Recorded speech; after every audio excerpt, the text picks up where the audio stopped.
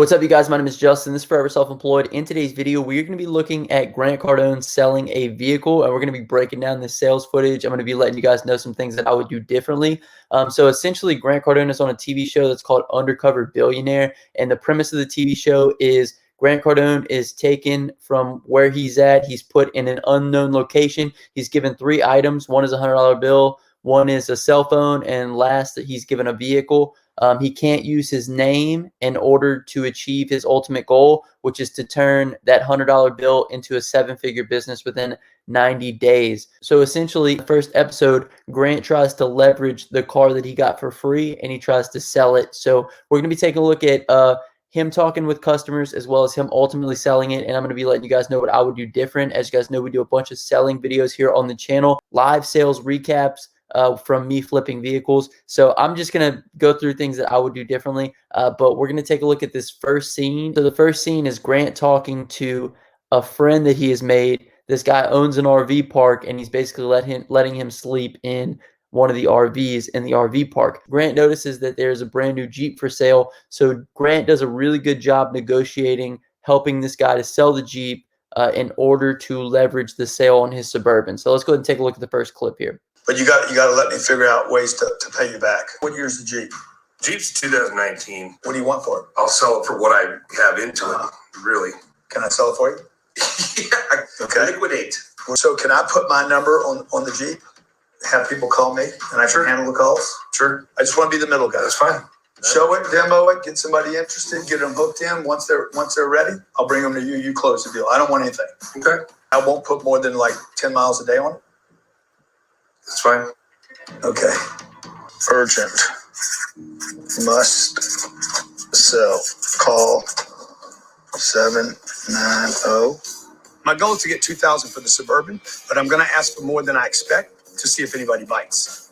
Turn liabilities into assets. Having access to the Jeep allows me to turn my old Suburban into cash I need. Okay, so as we can see from the clip, Grant did a really good job of negotiating this for himself. He noticed that there was a brand new Jeep there that wasn't being utilized. He talked to the guy. The guy agreed that he would let him have the keys, put his number on it, and so that gave him leverage to sell his Suburban. On the for sale sign, I would have never put urgent, need to sell now, just because that automatically gives your buyer the leverage. They know that you are in a needy position, and thus they know that they can get the vehicle for less money than what you're listing it. He also mentions that he's hoping to sell it for $2,000. I don't think that he put $2,000 on the for sale sign because he said he was going to try to get more than that. I know here in Louisiana, if I had a car that just runs and has AC, I can easily get about $2,500 for it. So maybe he was in a position that he wanted to sell it quickly, and we could really see that with the sign. I would have never put that wording on the sign. I think it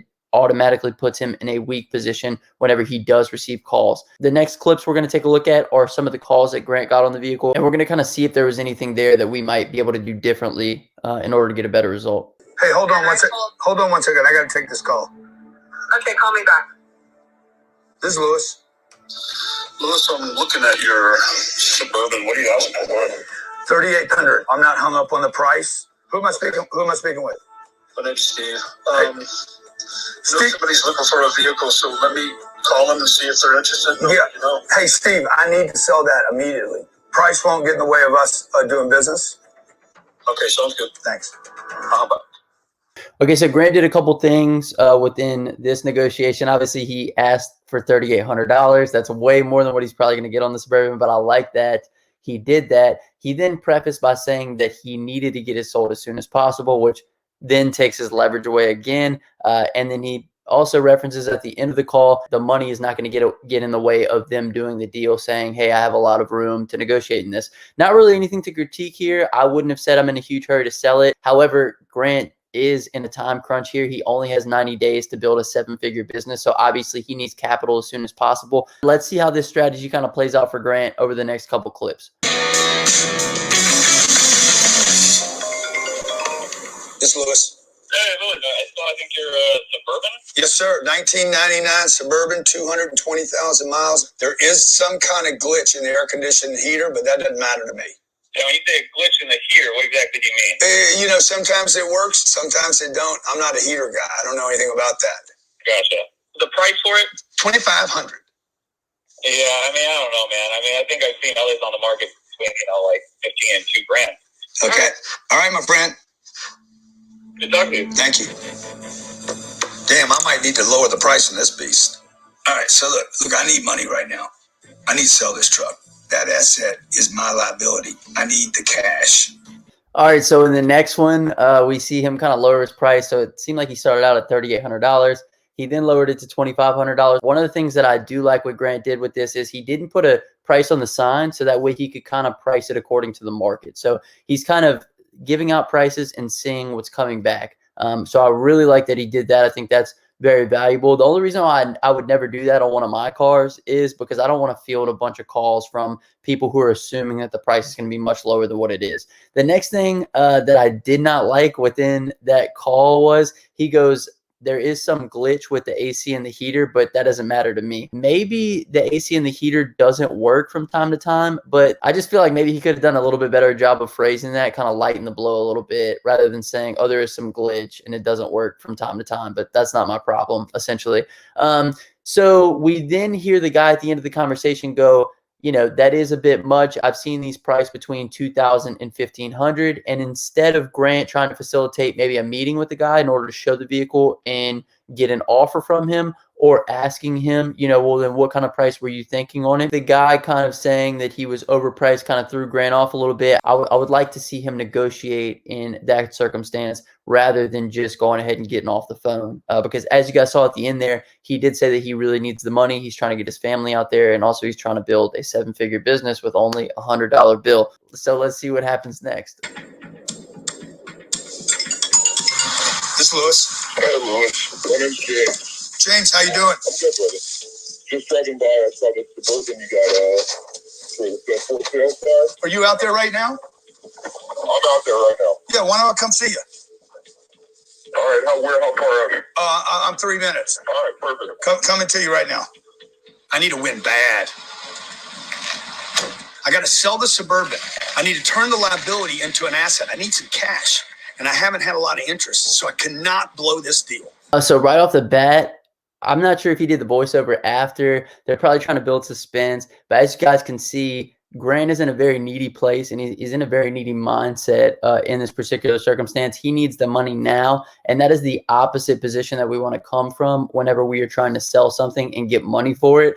Because him being in a needy position, he's going to accept a lower offer than what he probably knows that he could get. So that frame is a terrible frame. However, this is TV, and I know he's probably trying to, egg it on for that. I've been asking for $2,500. I'm desperate to sell it. Look at this thing. Hey, man. Dude, that's it. The engine's cleaner than the exterior. You want to take it for a ride? Let's take it for a ride. You want to drive or you want me to drive? Drive it, brother. You drive it, you buy it. 220,000. 221,000 miles. Just shy of. How's the air work?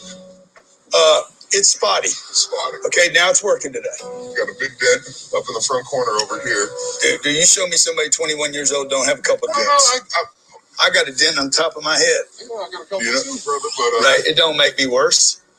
Okay, Grant did a great job here. So he said that the AC is a bit spotty, but it is working today. So he lessened the blow on it, as well as he said it's working today. So that's a positive. We're ending on a positive frame rather than saying it's glitchy, but it's not my problem. You see what I'm saying? It's a different frame that he's coming from. As well as I love what he did here with the dent. So the guy mentioned that it did have a ding in the front and the front fender. He said the truck is 21 years old, man. Show me a 21-year-old that don't have a couple dents on them. So that was absolutely beautiful, and that's a great tactic that we can take from the video. Anytime someone throws out objections, nitpicks in order to lower the price or lower the value or lower the perceived value of our vehicle, we can come back with humor like Grant did in this case, because the guy thought it was funny and he goes, yeah, I have a couple dents too, but that just makes me cheaper or whatever. It's just it's a playful mood. It doesn't turn the buyer off to any extent, and as well as Grant is able to hold his leverage because he's making a very valid point. The truck is an old truck. Of course, it's going to have dents on it. yeah, but it might make you a little cheaper. The truck's a liability, and I'm here in Pueblo to make some money as fast as I possibly can. Okay, let me show you what I found online, all right? Here's the Suburban, 1999, $2,495. All right. $2,990 here, same year as mine, more miles. Would you give me $2,990? All right. If you want cash today, Yeah. I can do 15. Okay, so Grant did a great job of showing the guy what was in the market, why he's priced the way he is priced. He's asking $2,500. He showed him a vehicle that was $2,995, as well as he showed him another one that was comparable with regards to price. He then asked him, "Would you pay $2,995 for my car?" I love that he did that because he's already placing the frame up here.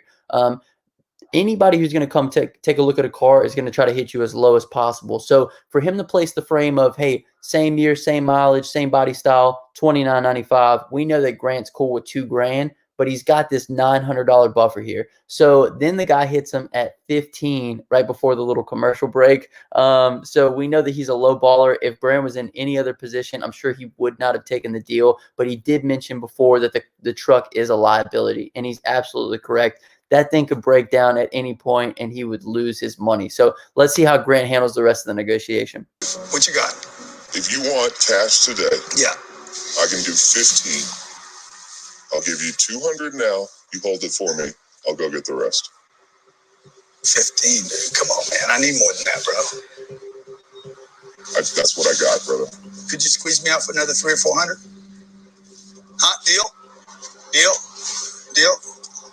That's my cap, brother. It's 1,500. I think that Grant lost a lot of leverage whenever he said, "Could you squeeze me off another $300 or $400?" Acting as if the guy was going to do him a favor if he's even buying it in the first place. Rather than doing that, Grant should have said, "Okay, well, my bottom dollar is $2,000. So either we meet in the middle or I'm going to walk." I know in this situation he needs to sell the car. He's in a pinch as far as the time frame goes. However, if he would have said my bottom dollar is X, I think he could have gotten at least a few hundred extra dollars from this guy rather than saying, "Can you break me off a couple $100 more?" We also towards the end see him say, "Can we make a deal? Can we make a deal? Can we make a deal?" I've never seen that tactic before. It's not something that I would implement. I have a much more laid back approach. Obviously, I'm not trying to build a 7-figure business in 90 days and I don't have to sell this car. The person who has the strongest negotiating position within the negotiation is a person who is not afraid to walk away. So I feel like if Grant would have been like, "Hey man, I'm doing you a favor right now. They have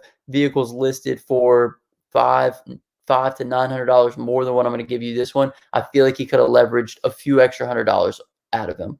One other thing that I want to mention as well is if you guys have seen my sales breakdowns, what's incredibly important within a sale is once you make an offer, there's going to be a moment of silence, and you have to allow that moment to be there so that way the other person can feel the pressure of the moment. So if I was Grant, I would have phrased it as 2,000 is my bottom dollar, and then I would have left it at that. But Grant goes, "Can you break me off $300 or $400 more?" And then he proceeds to ask the guy, "Do we have a deal? Do we have a deal? Do we have a deal?" While the guy is obviously thinking about it and walking around the car. So he lost a lot of leverage in this situation. Okay. Good deal. All right. Okay, you're the man. You're the man. You're the man. Okay. Appreciate you. All right. You got 200? I got 200. Okay. All right. I'll just hold that. You hold that. I'll bring the rest by. Okay. Don't sell it until I got it. I will not, bro. I will not. Okay. All right. Okay. Yeah. You're the man, dude. You're the man. Appreciate you, brother. Okay. Thanks. So towards the end of them coming to an agreement on the price, Grant then says again, "I have to sell this today, man," which kills his leverage once again. The guy could easily walk and say, "Hey, man, I only got $1,000," and he probably still could get Grant to take $1,000. I'm just saying he lost a ton of leverage on this deal. You could tell that he's very excited that he did make a deal. But the other thing is that it's coming off as if the guy is doing him a favor. And within any transaction, it needs to be a mutual benefit to both the buyer and the seller. So if you make someone feel as if they're doing too much of a favor, he could have backed out of this deal. So let's kind of take a look at some of that as well. I'll just hold that. You hold that. I'll bring the rest by. Okay. Don't sell it until I got it. I will not, bro. I will not. Okay. All right. Okay. Yeah. You're the man, dude. You're the man. Appreciate you, brother. Okay. Thanks. This guy's buddy is supposedly going to drop him off in an hour with the rest of the money. It's less than what I was asking, but look, I made my first money in Pueblo. You're awesome. What you got? How much you got here? Another 13 done. All right. Done. Okay. Thank you, brother. Appreciate you. Okay. Okay. It's going to be a good truck for you, man. Hey, let me tell you something. You did more for me than just buy the truck, all right? Appreciate that. Okay. All right, man. By selling the Suburban, I've successfully converted a liability into an asset. Now, I'm a little disappointed with what I got, okay? My wallet's not as fat as it should be, but I have 15 times the amount of cash I started with. Taking my victory lap. Who's got my money? Yeah.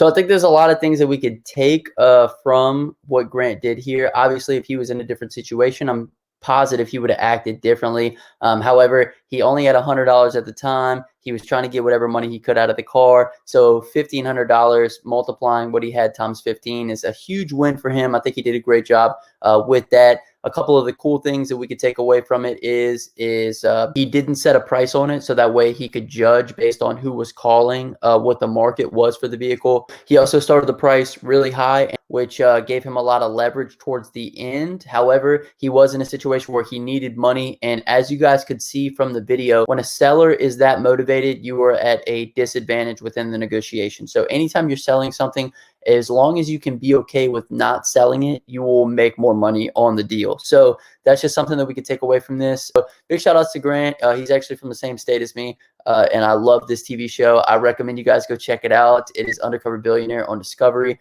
But anyway, I'm going to leave this here. If you guys did enjoy this, please hit the thumbs up on the video, subscribe to the channel. And if you made it this far in the video, go ahead and comment down below Grant Cardone, and I'll hashtag you a real one. My name is Justin. This is Forever Self-Employed. And until next time, hustle hard and get that money, baby. Peace.